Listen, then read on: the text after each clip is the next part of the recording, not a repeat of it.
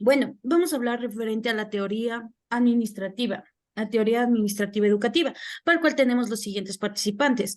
Por un lado tengo a la licenciada Marlene Loja de las Rosas, al licenciado Héctor Arias y a mí, mi persona, la licenciada Fernanda Aro. Bueno, vamos a comenzar con la primera panelista o la primera persona que va a argumentar referente a esta teoría. Eh, Comience, compañera, por favor. Bueno, estimado doctor Leonardo, queridos compañeros, mi nombre es Marlene de la Nube Loja Rosas y en esta ocasión pues voy a defender lo concerniente a la teoría clásica. En realidad, la teoría clásica es una corriente de conocimiento que se enfoca en analizar las estructuras organizacionales desde una perspectiva general, es decir, en donde cada parte de la organización cumple ciertas funciones específicas. Y de ahí nacen, pues claro, los roles que están relacionados estrictamente con los enfoques administrativos que voy a dar a conocer a continuación. Precisamente el enfoque clásico nos indica que, bueno, aunque hemos visto nosotros que desde la antigüedad se ha utilizado la administración en tareas organizadas, el estudio formal de la administración comienza en realidad a principios del siglo XX. Los primeros estudios descritos como el enfoque clásico enfatizaron en que las organizaciones y los trabajadores realmente sean lo más eficientes posible. De ahí nacen pues dos teorías principales que constituyen este enfoque clásico. En ellos está inmerso la administración científica y la administración general. Hablando ya de la administración científica, que es una corriente de conocimiento también llamada como el Taylorismo, se une al sector empresarial como una investigación científica y esta nace a raíz de una publicación de una monografía en el año de 1911 por Frederick Winslow Taylor, que estableció los principios de la organización para las empresas industriales. Es así que generalmente hablando sobre este enfoque, diremos que las personas son determinantes para la consecución de los objetivos, pero desde una óptica netamente productiva. Su rol está determinado por manuales y normas preestablecidas. El docente siente que su papel fundamental en realidad es cumplir las tareas y en consecuencia a esto el papel del directivo ya en el ámbito educativo es hacer cumplir las normas y los procedimientos y así como sus tareas establecidas. En cambio, en el enfoque estratégico, las personas ahí se vuelven importantes por la capacidad que tiene para aportar a los fines de las misiones y su rol lo determinan los procesos y el proyecto educativo institucional. Asimismo, su papel adquiere un sentido ya más grande en cuanto a la integración de los proyectos, tanto institucionales como personales y en el ámbito educativo, el directivo docente es el que direcciona de manera estratégica este enfoque, dando una participación a todos los actores en este caso, ¿no? Y finalmente, pues tenemos el enfoque humanista, que para mí pienso que es el más importante dentro de una comunidad educativa, en donde las personas son la razón del ser de la institución y no la finalidad. Perdón, es la finalidad, mas no es el medio.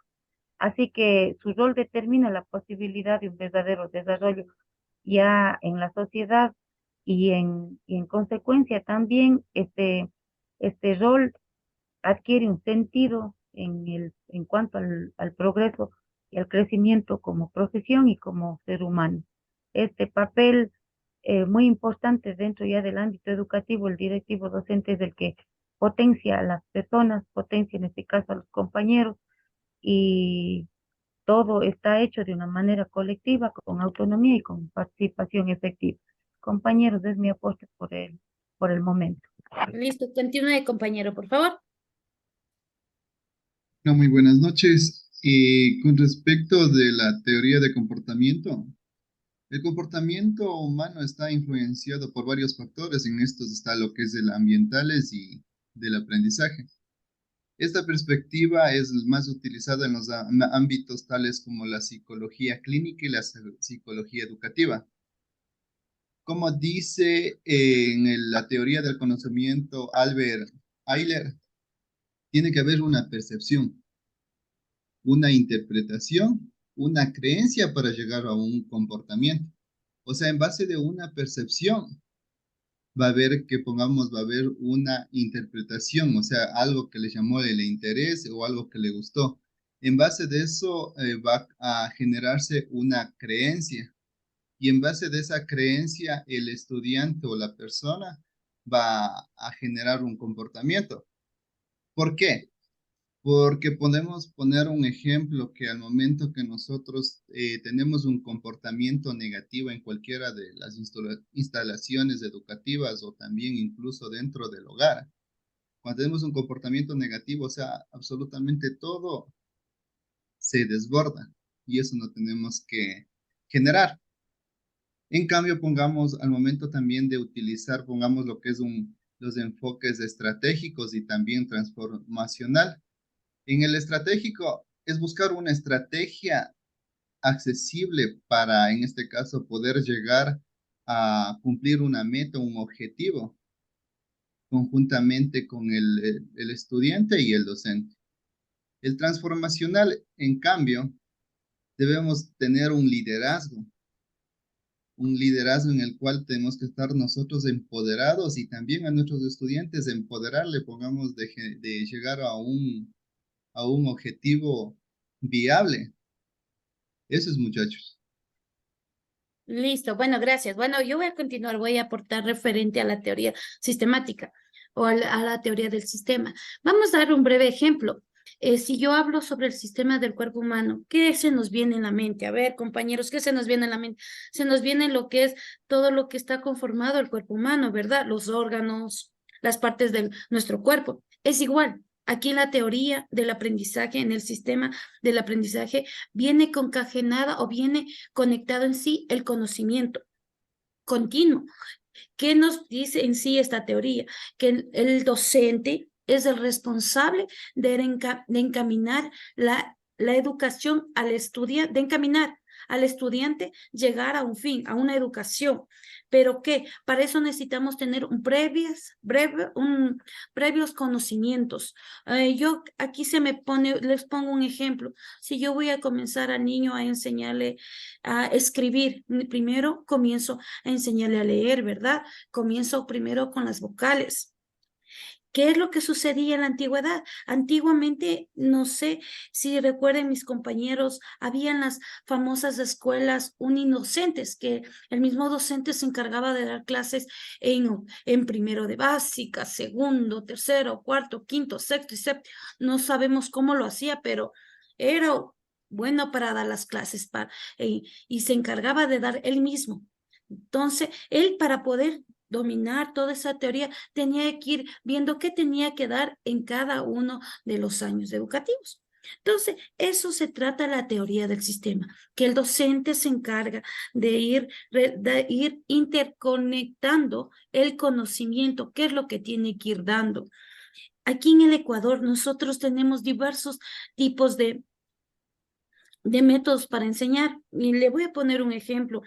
Para dar matemáticas tenemos el método tradicional, el método de JICA, que es mediante procesos para poder llegar a una enseñanza, el cual nos permite enfocarnos o dar como lugar a los siguientes enfoques. Tengo el enfoque estratégico que me permite llegar a los conocimientos mediante material, mediante algo novedoso que le permita al estudiante desarrollar y generar el proceso de enseñanza-aprendizaje. Adicional, también nos puede ir relacionado el enfoque de transformación. ¿Qué es lo que yo quiero llegar a hacer que conozca a mi estudiante? Yo tengo por ahí, escuché a mis compañeros que decían lo siguiente, me decía, por ahí mi compañera manifestaba sobre la teoría clásica. Yo le tengo la primera pregunta. La teoría clásica, hoy en día, ¿usted considera que es importante para que haya un buen funcionamiento en una institución o no es tan necesario? Bueno, compañera, tomando en consideración que la administración es un proceso de planificar, organizar, dirigir y controlar el uso de los recursos y las actividades del trabajo con el propósito de lograr fines o metas u objetivos de manera eficiente, eficaz y efectiva, pienso que la La teoría clásica continúa todavía en nuestros establecimientos, aunque a algunos no les parezca adecuado, pero todavía está funcionando una de esas.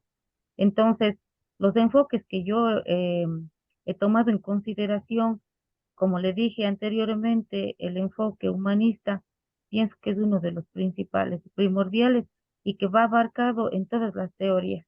Yo pienso que deben ir de la mano las dos. Así que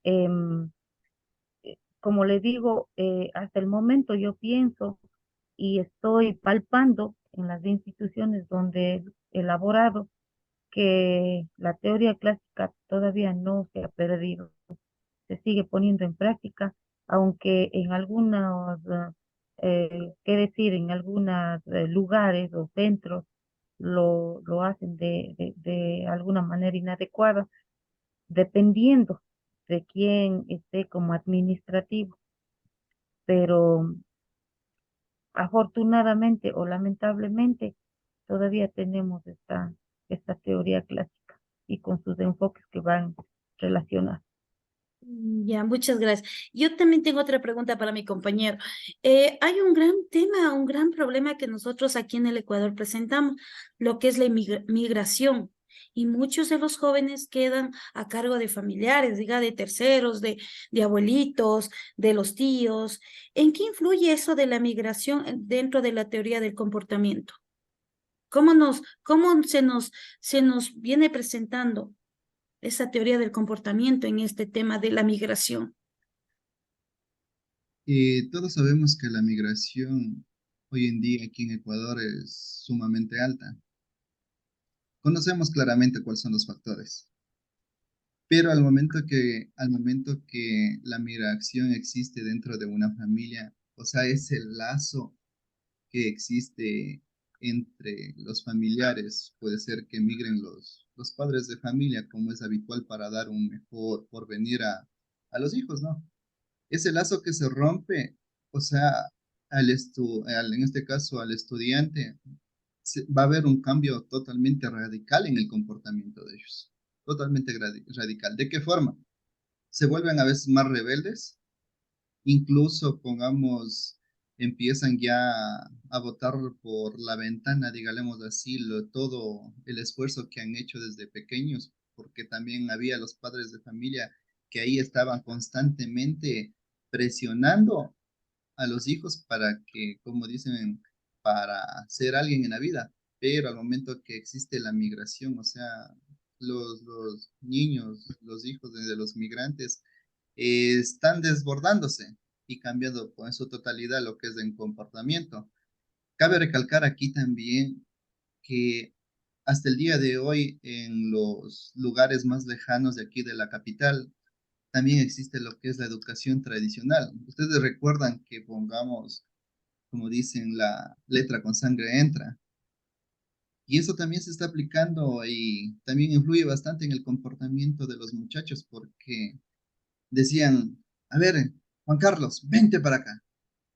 Y en este caso el niño va a estar o el joven va a estar bastante humillado, bastante, como dice, sumiso.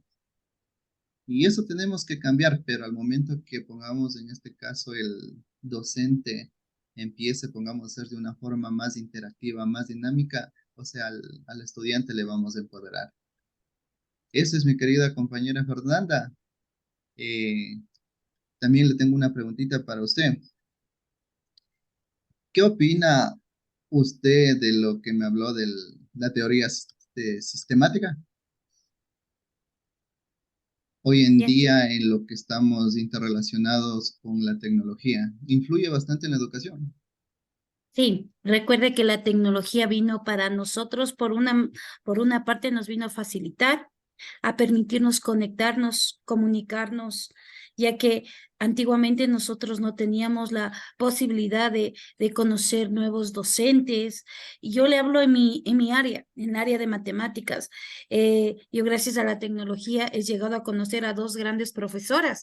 Una se llama María González, que es una profesora mexicana que es ya mayorcita, pero la manera de enseñar es mil respetos. que me gusta la manera como ella enseña. Me ha permitido la tecnología conocer a esa persona mediante videos. Claro que no lo conozco mediante presencial.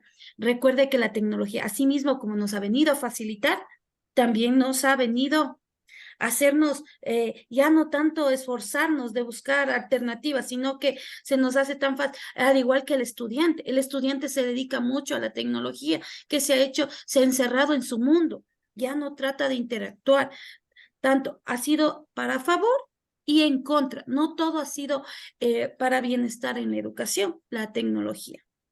Eso es mi aporte. Algo más que podrían aportar mis compañeros referente a lo que hemos acabado de hablar, referente a las teorías. Bueno, Yo quisiera, yo, a ver si sigue, compañero. gracias. Y yo quisiera enfatizar, ¿no? Esta situación, eh, hablando específicamente de lo que es Latinoamérica. eh, Realmente estamos retrasados en la educación, siempre el sistema educativo ha estado retrasado. Y ustedes verán que la LOEI en Ecuador eh, todavía indica, todavía indica lo que habla la teoría clásica, en donde el directivo es el que cumple y hace cumplir las normas y disposiciones. Entonces, mal podríamos decir o hablar de otras teorías que, que no conocemos, aunque nosotros digamos que existen, pero es muy difícil aplicarlas porque el mismo sistema educativo no garantiza. Obviamente pienso que con el tiempo y con los docentes que vamos preparándonos, podríamos nosotros ir poniendo en práctica, inclusive dentro de nuestras aulas, ¿no? Pero a decir verdad, la teoría clásica es una de las que han estado por años, por siglos y que se sigue quedando, no con el afán de defender en sí, sino simplemente de hacer caer en cuenta que es una de las teorías que no se va, que así como la tecnología llega con mucha fuerza para quedarse y quizás para enseñarnos mucho con herramientas mucho más fáciles. Sin embargo, la teoría clásica existe y está ahí y está inmerso hasta en en la ley y bueno, eso es lo que tenemos por el momento, especialmente lo que es Latinoamérica. Ujú. Pocas palabras podríamos decir, como muchas veces los compañeros dicen, nos tienen atados de manos y pies, que nosotros no podemos hacer ningún cambio en la educación y tendríamos que seguir y seguir y seguir la educación como se ha venido dando. Algo quería aportar el compañero. El cambio de la educación, compañeros, debemos nosotros como docentes continuar dando ese aporte a nuestros niños, porque nuestros niños es nuestra fortaleza, es pongamos lo que nosotros estamos sembrando y ellos van a dar nuestro fruto. Tenemos que, yo sé como la compañera Marlene nos dice que el sistema educativo aquí, las leyes educativas, es bastante complicadas, no nos dan esa apertura y siempre nos encierran que no podemos, en este caso, aplicar porque siempre ahí está el rector y nos están atacando, ¿no es cierto? Pero depende de nosotros para continuar con una educación digna, por lo menos en aporte de nosotros a ellos, a los estudiantes, haciéndoles empoderar a los muchachos que se sientan en un ámbito agradable, que pongamos cuando vayan ellos a la escuelita o al colegio, ellos vayan con esa actitud positiva que voy a ir a aprender y todas esas cosas. Y de antemano les recomiendo una película que llama Los chicos del coro. Fue interpretado por Christopher Bartier en el año 2004. Fue una película francesa. Eso trata de unos niños que son sumamente malcriados y ellos fueron todo gobernados, digamos así, con puño de hierro, en el cual ingresó un señor llamado Christopher Baratier, que fue un músico retirado. Y él, en base de la música, a los muchachos les empoderaron, lograron concursar y fueron aprendiendo mucho más. Yo recomiendo. Bueno, esos serían los enfoques que podríamos nosotros poner, incluir, ¿no? En nuestro Sí. diario vivir. Porque como digo, sacar una teoría de lo que ya existe es muy complicado, compañero, pero sí podemos trabajar en los enfoques que a diario descubrimos situaciones en los estudiantes y que prácticamente debemos ir avanzando. Como acá, por ejemplo, que yo expuse, ¿no? El enfoque clásico, que ya es el que común, pero existe un estratégico en donde el administrativo en este caso es el que direcciona y existe un humanista en donde también hay una parte fundamental del ser humano que debe potenciar.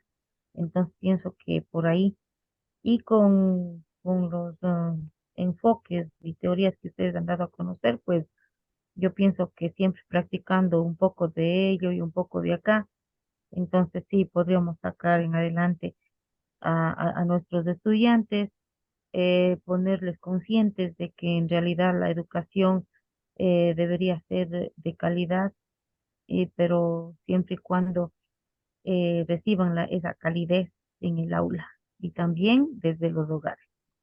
Eso sí, compañera. Bueno, dando un breve resumen en lo que hemos abordado los temas, junto con mis compañeros, podríamos decir que la teoría clásica se centra en los principios administrativos de administración, que la teoría del comportamiento se enfoca en el comportamiento humano y que la teoría sistemática que se enfoca en los sistemas de complejo dinámico de los estudiantes.